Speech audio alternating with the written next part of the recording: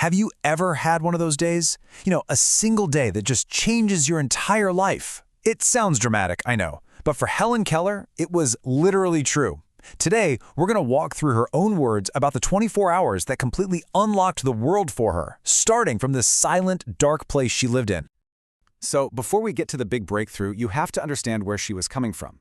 This quote is just so powerful. It's not just about not being able to see or hear, it's about a world with no real feeling, none of the emotional color that language gives us.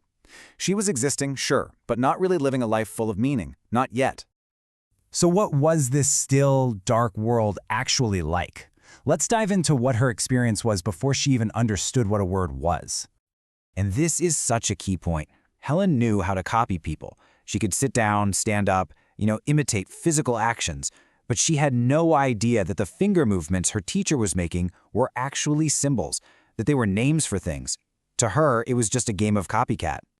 And that, of course, brings us to the person who would change everything, her teacher, Anne Sullivan.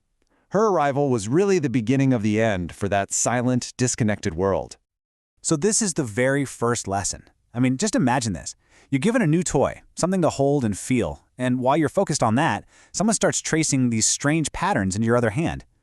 Miss Sullivan spelled out D-O-L-L. Now the connection wasn't there yet, but you could say the first seed had just been planted. And this phrase just perfectly captures the huge gap in her understanding. Helen herself called it monkey-like imitation.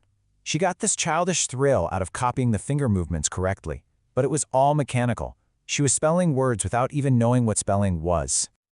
As you can imagine, this led to a ton of frustration. For weeks, this whole mystery of words just became this source of confusion and anger, and it was all building up to a breaking point. Okay, so here's the core of the problem. Miss Sullivan would have her touch a mug and spell M-U-G. Simple enough, right? But then she'd have her touch the water inside the mug and spell W-A-T-E-R. In Helen's mind, how could one thing have two different names? The whole idea that the container and what's in the container were two separate things, each with its own word, it just didn't compute. It was all just one big confusing tussle. And all that frustration, it finally just boiled over. In this moment of pure rage at this game she couldn't understand, she grabbed that doll, the one from her very first lesson, and just smashed it. But here's the really crucial part. Her reaction. Keenly delighted. She didn't feel sorry, she felt relief. She was happy that the thing causing her so much confusion was gone. It just shows how disconnected she was from complex emotions like regret. But right at that peak of frustration, that's when the big moment arrived. This next sequence of events at the Well House, well, it would change history. So, her teacher takes her outside, and Helen actually notes the beautiful smell of honeysuckle in the air. It seems like such a small detail, but it totally grounds us in the physical world just moments before her entire mental world was about to explode into being. The scene is set. Miss Sullivan guides Helen's hand right into the stream of water. It's a simple, physical act. Then comes the sensation.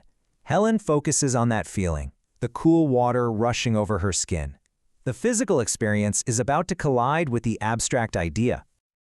And there it is. As the water is flowing over one hand, Miss Sullivan spells W-A-T-E-R into the other. And this time, the feeling in the word happened at the exact same moment. And click, that was it. In an instant, all the puzzle pieces just fell into place. This misty consciousness, as she called it, that was the birth of understanding. She finally got it. W-A-T-E-R meant that wonderful, cool thing flowing over her hand. The mystery was finally solved. After that, the dam just broke. Unlocking that one single word didn't just teach her about water. No, it gave her the key to the entire world. And the impact was immediate. It wasn't just some intellectual thing. She says her soul literally awakened. Language gave her light where there was darkness, hope for a future, joy in the moment, and the kind of freedom that only comes from understanding. For the first time, she knew that the barriers around her could actually be overcome. And this is the beautiful cascade effect of that moment. She started running around, touching everything, just desperate to learn its name. The pump, the ground, her teacher. Each new word wasn't just a label, it was a brand new thought, a new way to understand and organize the world. And this brings the whole thing full circle, back to the doll. Remember that keen delight she felt when she smashed it? Well, now, with language and thought, she went back to those broken pieces. And for the very first time in her life, she felt these complex, abstract emotions, repentance for what she'd done, and sorrow for the things she destroyed. That one day really did contain an entire lifetime of discovery. She ends her story not feeling exhausted, but just full of pure joy, replaying every new name and every new thought in her head. She says that for the first time ever, she couldn't wait for a new day to come.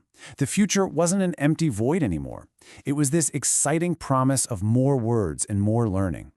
And so we're left with this really profound question. After seeing the world through Helen's eyes, from that dark, empty space to a sudden explosion of light, it really makes you stop and ask yourself, what would our world, what would our thoughts, what would our feelings really be without the words to give them shape?